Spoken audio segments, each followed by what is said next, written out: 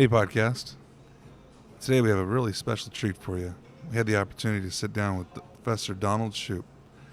We go through his backstory and talk about all the things he's done in the industry and all the books he's written and just a lot of his current and thoughts on parking and where it's heading and where it's going and what we need to do next. Hope you enjoy.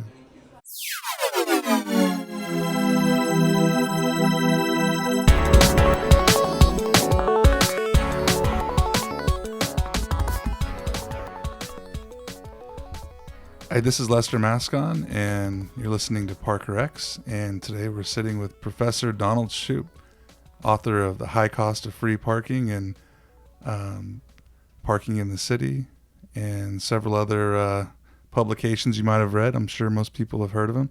How are you doing today, Donald? Well, thank you for inviting me today. Yeah, it's a good time. I'm glad you were able to make the time for us. So I just wanted to kind of just jump right in here. I think I'm sure most people in this industry know exactly who you are, but I'd love to hear in your own words just kind of how things got started for you and where did you develop this passion for planning and parking from? Well, I think I kind of backed in, like many people in parking. They don't intend to go into the parking industry or study it. I started out in my economics research on the land market, Okay. Which was a good preparation, I Sure. think. And then, just by good luck, in retrospect, the California Transportation Commission asked me to write a report on equity in transportation. And I thought, well, I don't know much about that, but I had learned about economists' definition of equity. And early on, I had seen research on employer-paid parking. And I thought that's unfair to give free parking, to offer free parking to all employees, but not all of them take it. So what the employer ends up doing is giving a big subsidy to people who drive to work and nothing to everybody else. So most people would think that employer-paid parking is a generous offer. We all want it. But it didn't seem fair. And of course, it was counter to all the other policies that we have to reduce traffic congestion and air pollution and now global warming. So it seems to me not only is it unfair, but it's also doing a lot of damage. People don't have as much respect for things they don't have to pay for, or they're paying for it but not realizing the cost directly. That's right. And taking it away is out of the question. So you quickly learn that. You can't tell people that employers ought to charge for parking. You'll get nowhere with that. So I came up with the idea of parking cash out, What year was this? I think the initial research for the Transportation Commission was 1975. Wow, okay. That's right. And it took me a couple of years thinking about it, but I came up with the idea of parking cash out, which means a policy that if an employer offers you free parking, they have to offer you the option to take the cash value if you don't take the parking. So it's just treating everybody equally, giving everybody the same offer, either free parking or its cash value, which is certainly fairer than just giving you free parking or nothing. And also, it makes people think, well, would I rather have the cash and carpool to work or bike to work or walk to work or take public transit to work or live nearer to work, something like that? Everybody would begin thinking, the parking is free if I drive, but I could take the cash and use it for other purposes. Absolutely. The idea got picked up. Academics write about these things, so I published the idea tried to publicize it. And the California legislature picked it up and enacted it as legislation in California. They not exactly the way I thought it would be, but in a very good way. Politicians are very valuable in figuring out how to make compromises, because when the bill was initially proposed, it just said that if you offer free parking, you have to offer employees the cash value of it. And many employers who own their parking said, well, that's terrible because the city is forcing me to provide the parking, and now you're saying I have to pay employees not to use it. That doesn't make sense. So the compromise was that it only applies to employers who rent their parking spaces from a third party. Okay. So they pay cash to subsidize the parking. So if you're going to offer to pay cash to subsidize my parking, you have to tell me that I could take the cash if I would rather. I'm sure it's got to be equal to the cash value that they're paying to. That's right. For the spaces. So it's not taking anything away. It's just giving a new option. It's broadening the subsidy to every kind of travel that you might make. And that passed because it didn't seem to step on anybody's toes. And it also applied only to employers of more than 50 people. So it's mainly downtown employers. So Okay. I think it was that getting it turned into legislation made me think more about parking in general, and because employer-paid parking is a small part of the whole picture. And I just began to look at it as I began to realize it's the single biggest land use in any city, parking. And it's very mismanaged. Most of it is free for everybody. So I think it's very valuable land. So we have expensive housing and free parking. That didn't seem fair either. Doesn't make a lot of sense, does it? And I began looking at minimum parking requirements that cities require a certain number of spaces for every activity, whether it's a bowling alley or a nail salon or a barber shop or whatever. You look at the city zoning codes, there's these very elaborate tables. It looks very scientific until you begin examining it. And that has a huge effect on how the city is built, because the city won't allow anything to happen unless it has ample free parking. So that's why when you go to grocery stores or movie theaters, usually you park free. And when you visit friends, usually you park free. So almost everywhere we go, we park free, except at universities. Like you had to pay. How much did you pay today? It was $10. $10, that's right. Well, universities usually charge for parking. And for a very good reason, at least at UCLA, because the state law prohibits the university from subsidizing parking. It has to be a self-supporting operation, because it wouldn't seem fair to take students' tuition and use it to subsidize parking for the students who own cars and give nothing for the students who don't. So most universities do charge for parking. And I think here at UCLA that it reveals the cost of parking. Say that if the driver has to pay for it, it's quite expensive. At least it seems expensive to compare to what we usually pay, which is nothing. So I think that I began thinking more in general about all parking policies and how we planned our cities in a very damaging way, that we planned it around the car, around free parking for cars. So I think that it was a very fruitful academic pursuit, especially because I had it all to myself. That universities are very public about their concern for fairness and equity and equality, and but within the university they're extremely even antique hierarchies that we adhere to, like you have professors and associate professors and assistant professors and seniors and juniors and sophomores and freshmen. Everybody's ranked. And at UCLA, the parking is distributed by rank as well. And it's not just the parking is the ranking, it's the topics that you study. So international affairs is the overarching thing, very important, like what's happening in Iraq and Iran, or with Brexit. The national affairs are just almost as important. But when you look at state government, that's a real step down. And then local government seems parochial. That's a very low status thing to study. And then what is the lowest status thing to study in local government? Well, that would be parking. So I've been a bottom feeder. Nobody was fighting for the right.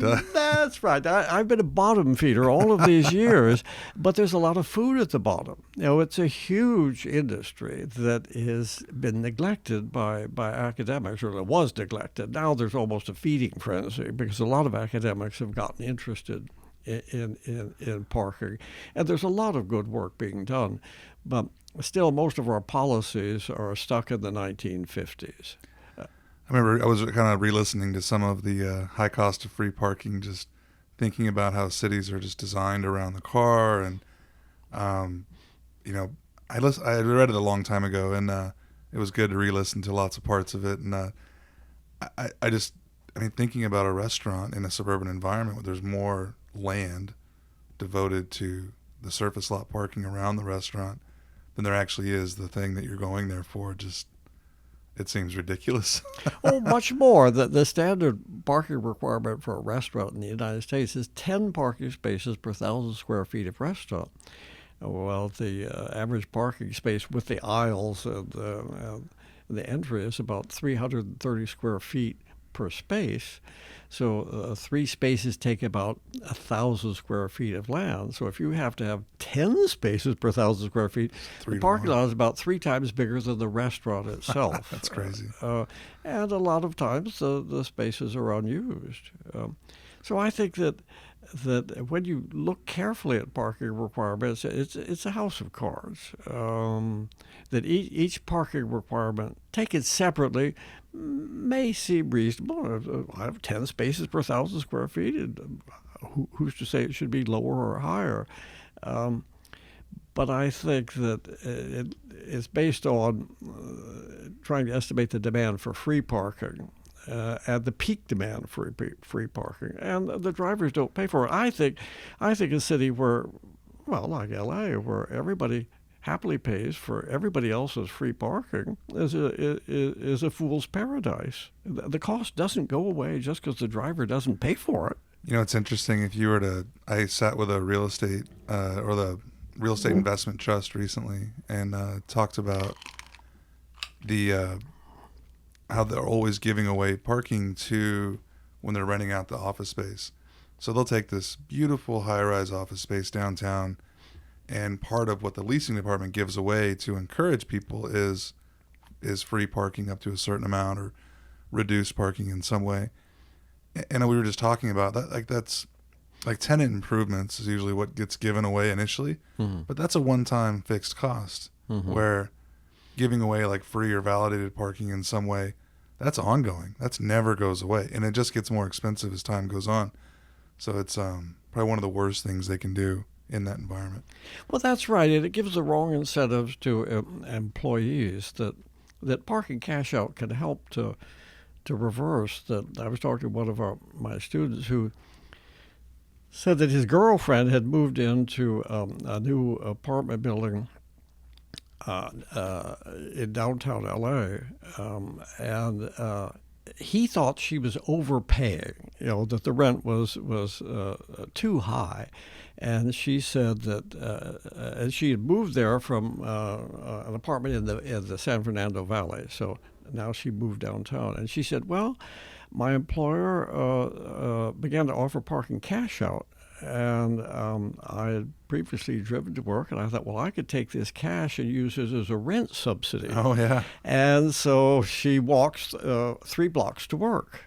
So nice. The parking cash out, it didn't just change the mode of travel from driving to walking. It changed where she lived. And, there have been so many subsidies trying to get people to live downtown, but simply offering people the option to take the cash value of their parking subsidy led to people wanting to live downtown. Yeah, no, it makes complete sense. So if we back up just a little bit, what made you decide to write the book, High Cost of Free Parking? Well, I had written much of it as journal articles. Okay. Academics have to publish or they perish, and I had written quite a few articles for academic journals that nobody reads. Nobody wants to read academic journals, or even know that they exist. The standards are quite high. You have to have a literature survey in the article and a hypothesis that you're going to test and the data you're going to use and what the results were. So I had done that certainly about employer-paid parking, looking at firms that had begun to offer cash out and see what the change was, or compare two employers. One offers free parking and one charges for parking. So you can see what are the effects. And I did a large study for the California Air Resources Board looking at what happened when employers began to offer parking cash out. And we had a lot of data they surveyed all employees every year, both before and after. And on average, I think for all of the firms taken together, about 17% of commuters shifted from solo driving to another mode. And we've tried everything to get people out of cars, but all it took was saying, well, you can take the cash value of your parking if you don't take the parking, and the people said, well, I'm better off. Even you have to pay income tax on the cash that you take, so that I'd rather have $70 after cash than $100 worth of parking subsidy. So it shows that the parking subsidy is very wasteful. Is that they cost the employer more than it's worth to you, and it increases traffic congestion.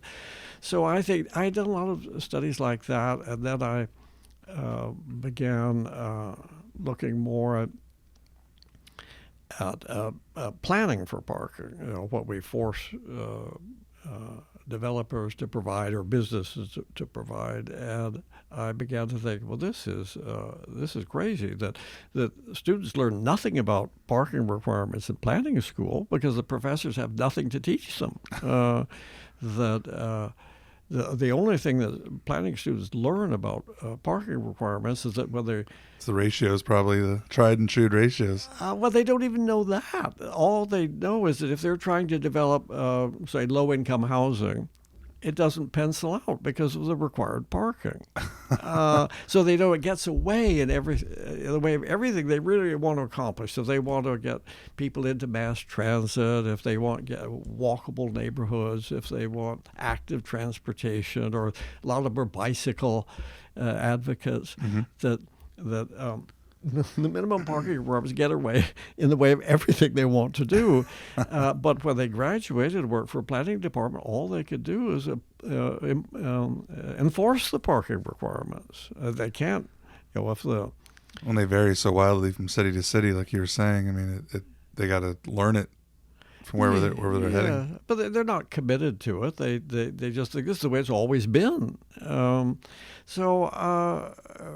I spent a lot of time in other articles saying that this is madness, and half the planning profession thought I was crazy, and the other half thought I was daydreaming. But when I assembled it all into the book wasn't written from beginning to end as something new. It was assembled after many years of research. I guess I'd been doing research, for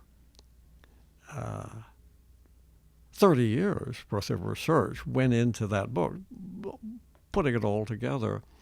And then I think because it was published sort of by a senior person in the planning profession, and it was published by the American Planning Association, it seemed to have some authority. It's almost as though the Vatican had published a book recommending same-sex marriage, and the Pope had blessed it. It was that. It was that much of an attack on the status quo. It was required reading at our organization. So when new people we were bringing in to our company, I mean, we had 10 copies of it on the shelf, and one of the first things we did was hand them The High Cost of Free Parking as a book they had to read, especially if they weren't from the industry, and we were bringing them in. Well, I'm surprised at that because some people in the industry thought I was crazy as well, the parking industry. Because here was a guy from the outside complaining about current practice, Sure. and I had never had any experience of the sort that operators have and parking consultants have. Well, I've done some consulting, but not the way most parking consultants do it. And some of them felt that I was a typical academic, sort of muscling in with no real experience. On the other hand, other academics really, other planning consultants picked it up. And they were in a position to see that, I hope, that I was right.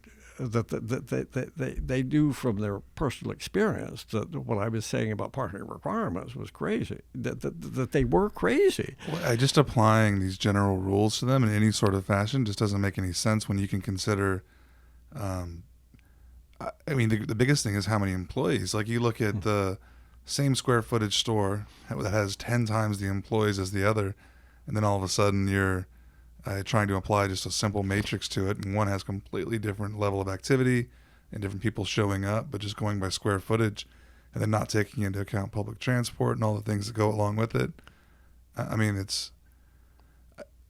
understand why they've tried to simplify it and try to make it easy, because it would be mired down in like a 1-year study on every single Exactly. new store. But I think that some people in the parking industry, maybe they didn't agree with everything I said, but they thought in general the criticisms were accurate. So the book was published in 2005, as introduced at the American Planning Association meeting in San Francisco in that year. And in the academic reviews of the book, they're generally very glowing. But they said, well, it seems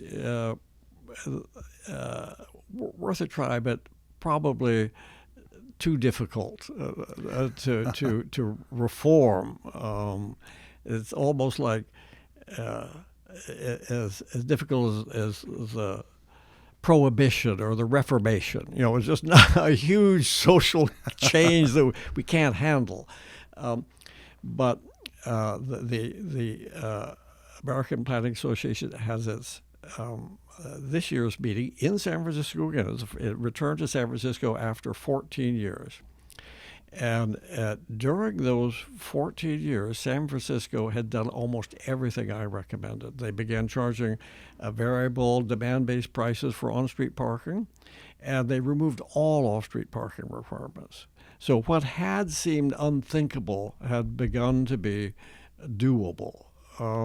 And surprisingly, there's been no backlash. There's been no opposition. And other cities have done the same thing. Buffalo got rid of all of its parking requirements. Minneapolis, Hartford, Connecticut, some smaller cities, I think,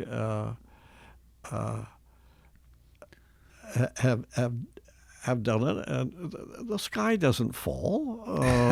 That more people are beginning to realize that these minimum parking, off-street parking requirements getting in the way of everything we want to happen.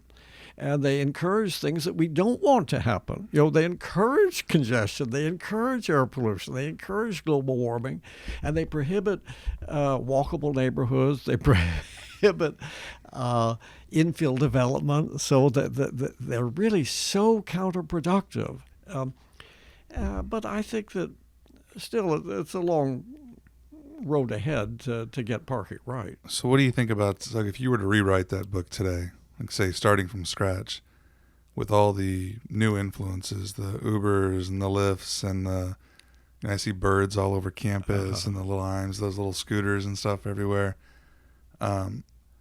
So to back up just a second, what I love about your research and what I've read is the practicality of it all. It's really, really practical solutions to things. I know the world wants to, keep thinking about this driverless car and this like Yeah.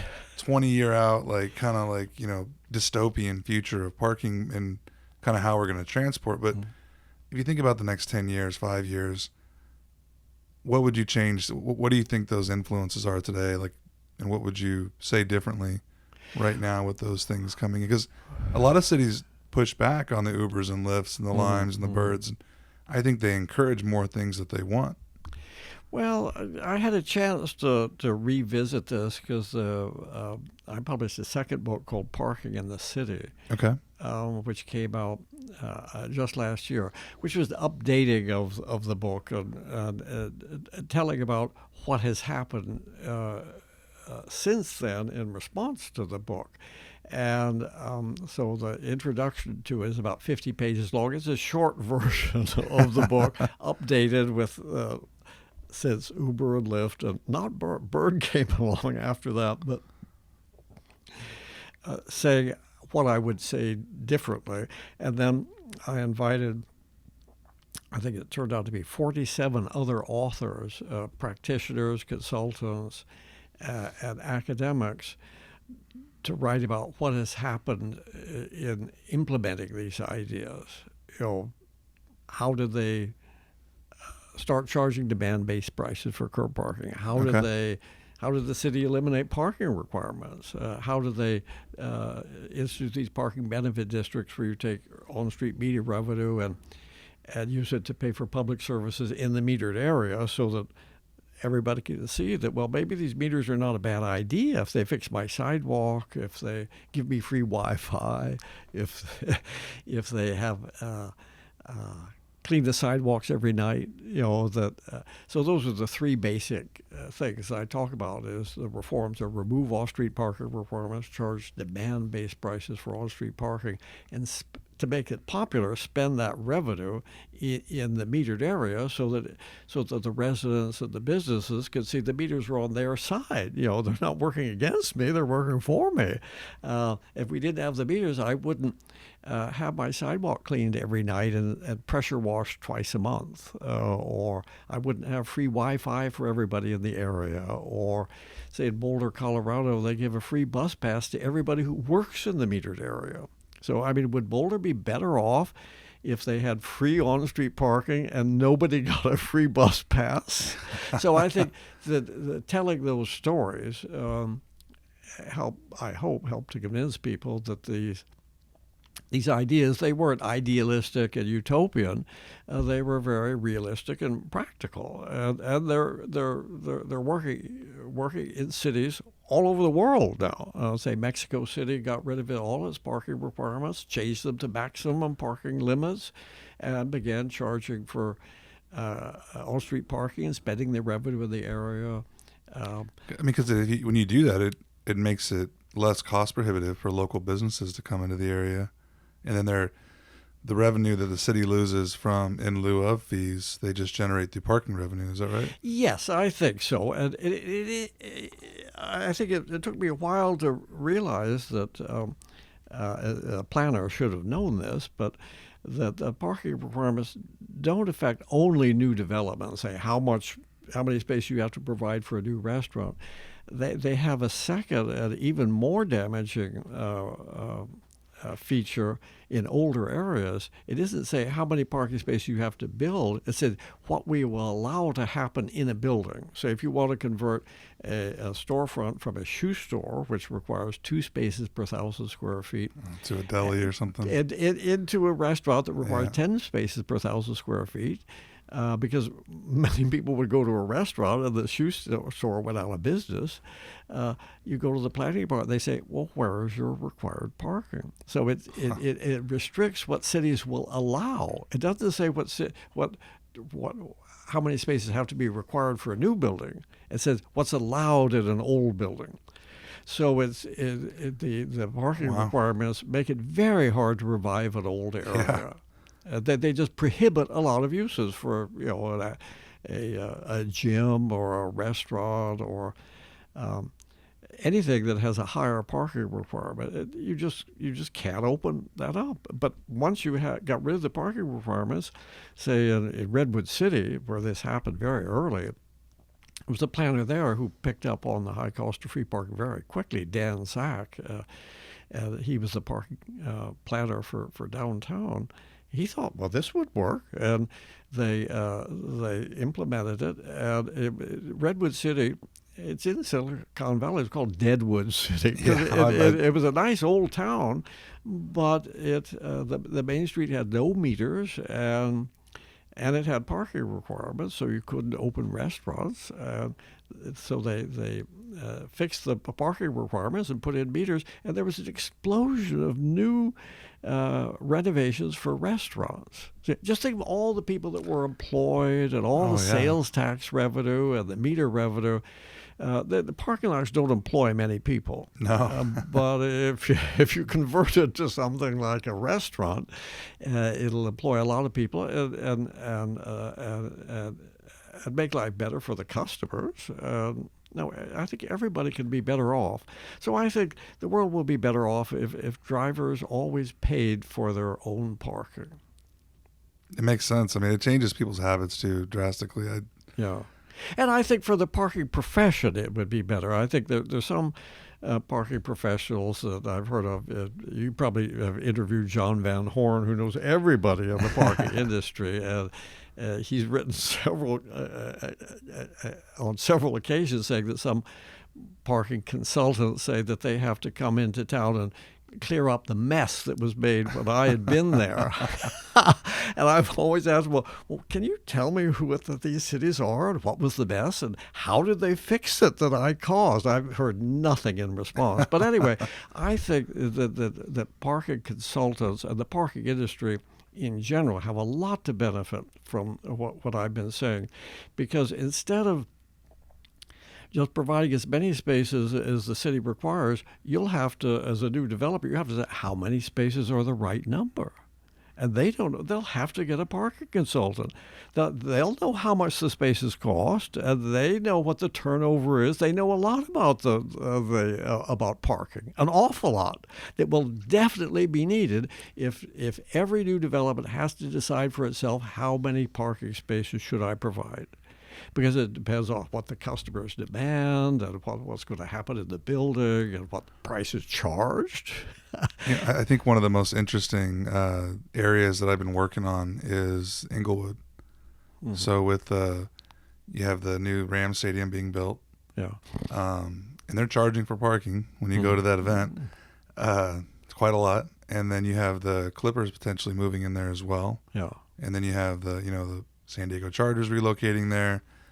The Olympics are going to be there. The Super Bowl is going to be there. I mean, the event schedule for that arena is going to be packed.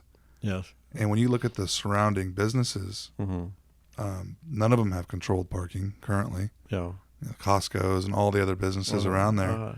And now you're going to have this monster sitting there. Then none of the residential areas have residential permit programs. Mm-hmm. So all these things I think there's going to be huge disruption in that area from parking rules and enforcement. Disruption sounds bad. I think it'll be huge changes. But I think one of the big changes that'll be important for your audience is the requirement. We'll have to manage parking much like we never did before. Usually I start out whenever I go to a city showing an aerial view of an asphalt desert with a Walmart in the middle of it. Yeah.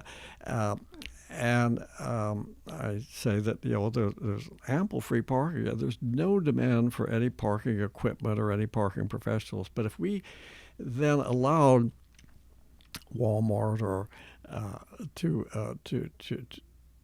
to build on the parking lot whatever they wanted, they could line the periphery with housing or offices or anything they want. The new urbanists call it liner housing. So as you walk along the sidewalk, you see a city. Behind, 20 feet behind is a parking lot. But you would, so I'd say that in the picture earlier, there's no demand for parking expertise or equipment. But if you began to create a parking market, you couldn't build all those housing around the Walmart without charging for parking in the Walmart parking lot and on the street.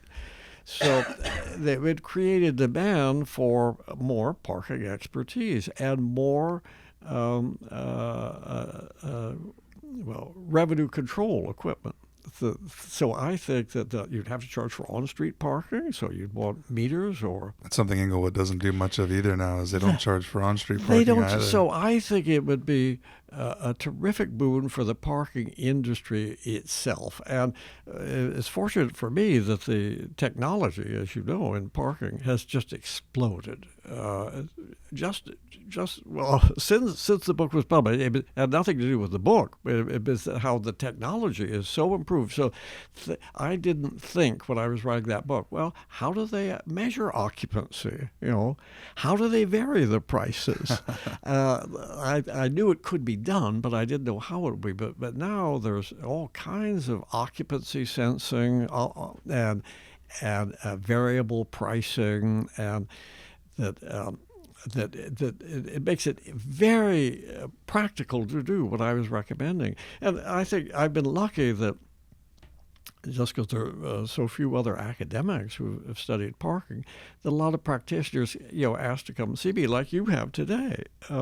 And I think one of the most interesting one was from a major meter manufacturer, and he was asking, like maybe you would ask, well, what's ahead? And I always say, well, I made so many bad predictions in the past, I shouldn't make any new ones. And I just mentioned one of my wrong predictions in the past is that I'm a big fan of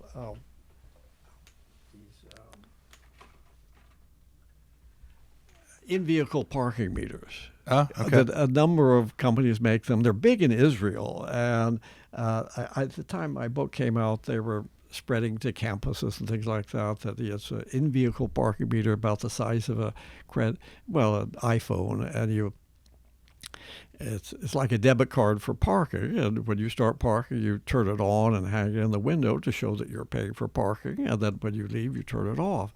And I said, I thought that was going to take off. I thought that was the killer technology, but it didn't take off. And this guy who was the president of a meter manufacturer said, oh no, I think that's the future. And I said, what do you mean? We're just going to move to your phone. Yes. Yeah. More than that, this was maybe even 10 years ago, he thought it was moving into the dashboard of the car. That's the next evolution, I think. He saw that a long time ago. And if you're a meter manufacturer and you see that they're already, BMW is now already incorporated the pay-by-phone apps into the car, so that when the car has much more... should I turn that off? Sure. Don't worry about it. Does it keep ringing or...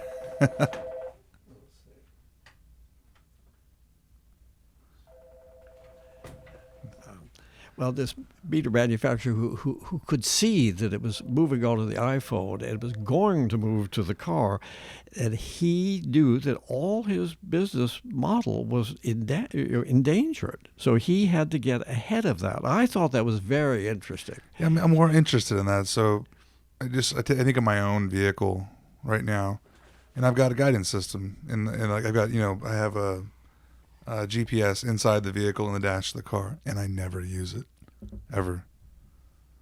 I use my phone, even though I have one in the car, because it's just easier on my phone. Well, it's easier, I think, not from personal experience, but people told me about it, for parking, paying for parking, it's easier if it's in the dashboard of your car, because already some cars will give you turn-by-turn instructions to the best parking space.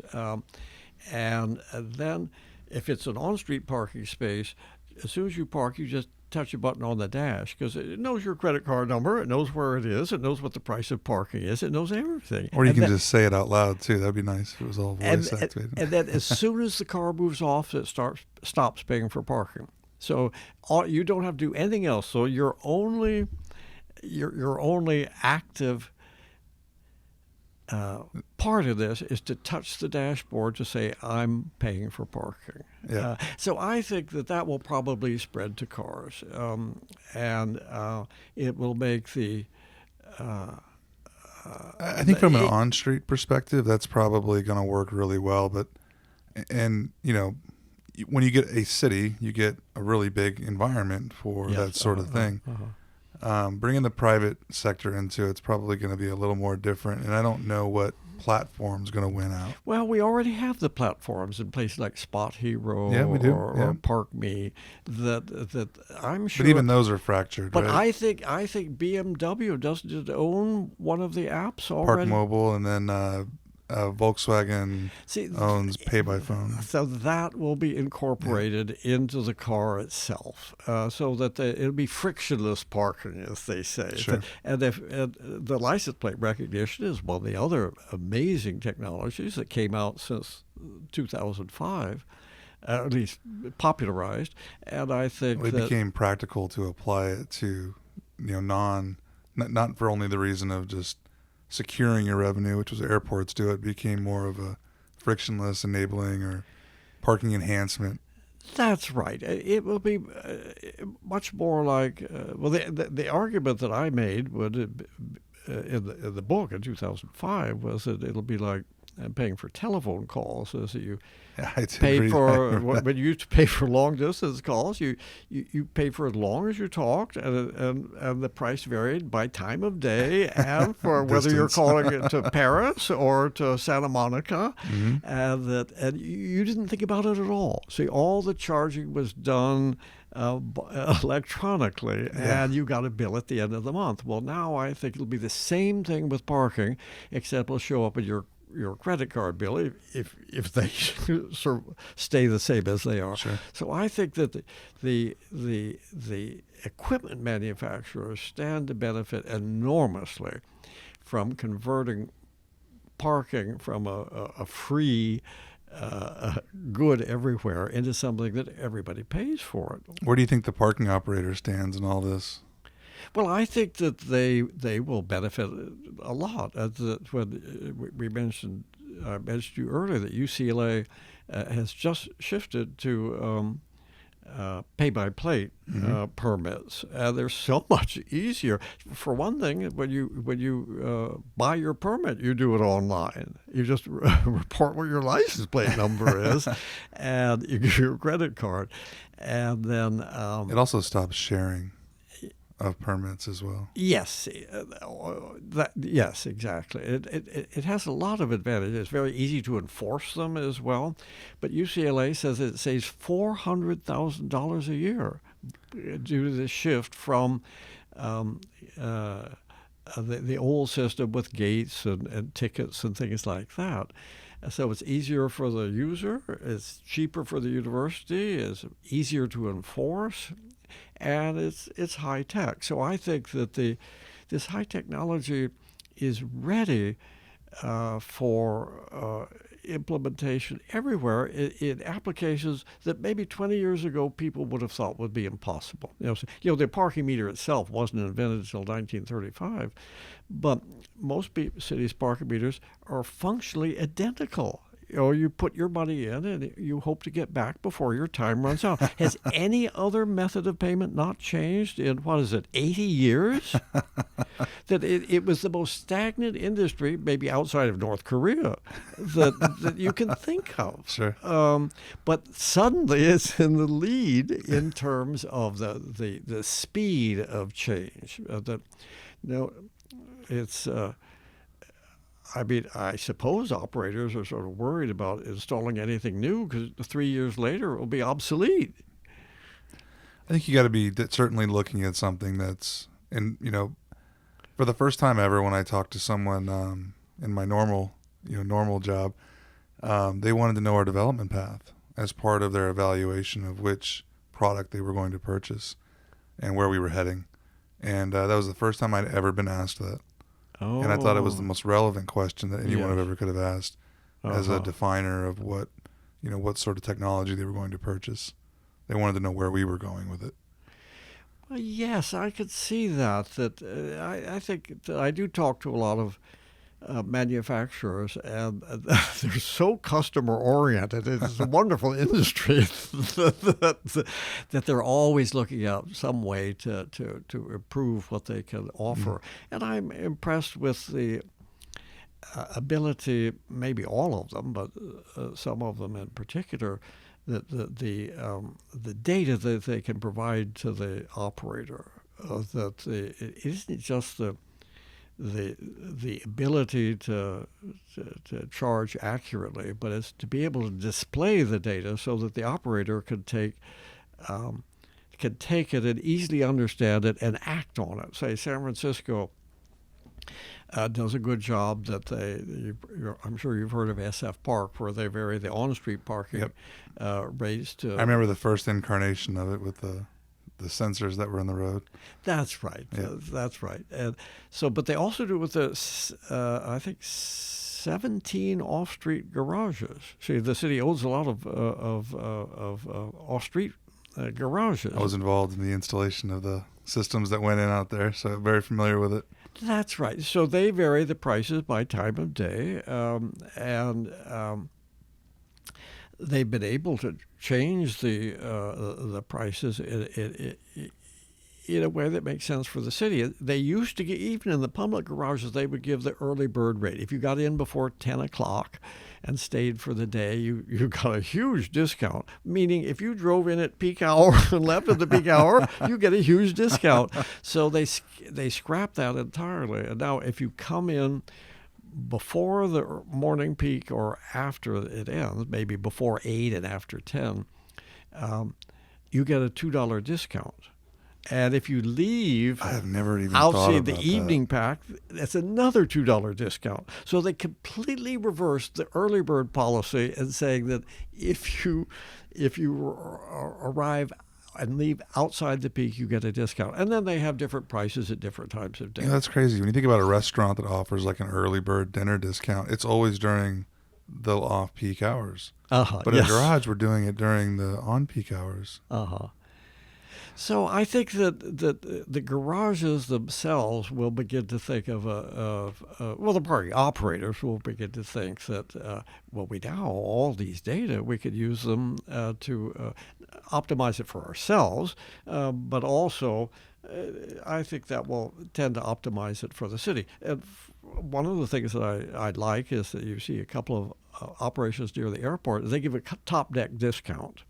If you park on the top deck, you pay a lower rate, which I think is right, because the long-term parkers, who are the ones who are going to save a lot of money, if you're going to park for an hour, it doesn't make any sense to drive to the top deck to get a discount. But if you're going to park for a week, so the long-term parkers park at the least desirable spots, and the people who are going to be in and out often they pay a higher rate, but they get better spaces. Yeah, well, covered parking should be a premium. If you can, instead of parking on the roof, it makes total sense. 'Cause my car, I'd much rather park undercover somewhere, so my car is not covered in dust and getting rained on and sun beat on the whole week. But some people think it's worth it if they get a discount. So I think that the operators will be able to experiment with these options if it becomes only software. See, there are no gates, there are no tickets. I suppose that many of them will have to have tickets for quite a while, but they'll say, like they say that Google and Amazon, they experiment thousands of times a day, suppose we give a discount on this at this hour. What does that do?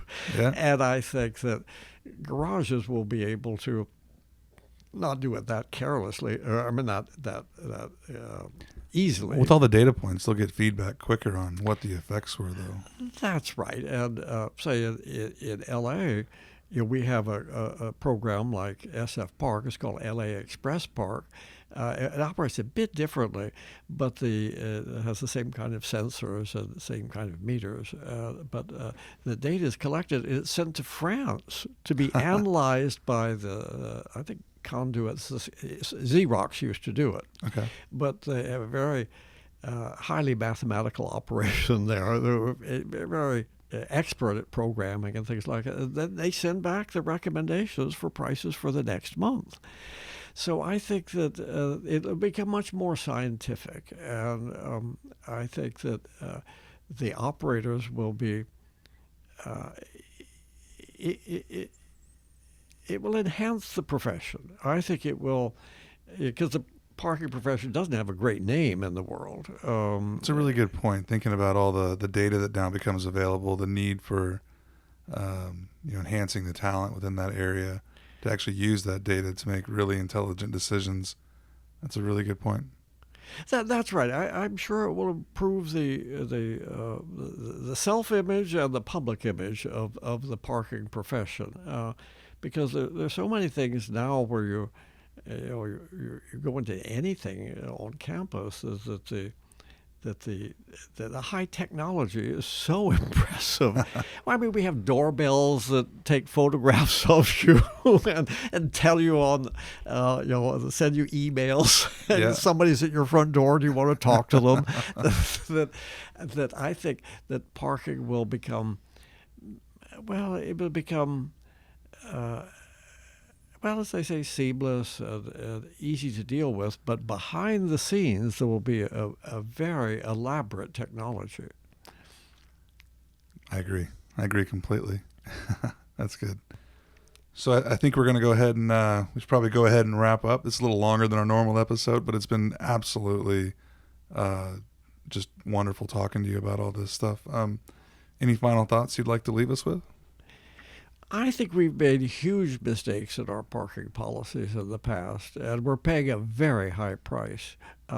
But there's a real upside to the mistakes that we've made. We have a lot of land available for infill development right where people want to live. If we are able to convert these asphalt deserts into human communities, that it will help everything. We could reduce the price of housing. We could reduce the length of commutes. We could improve air quality. We could reduce carbon emissions.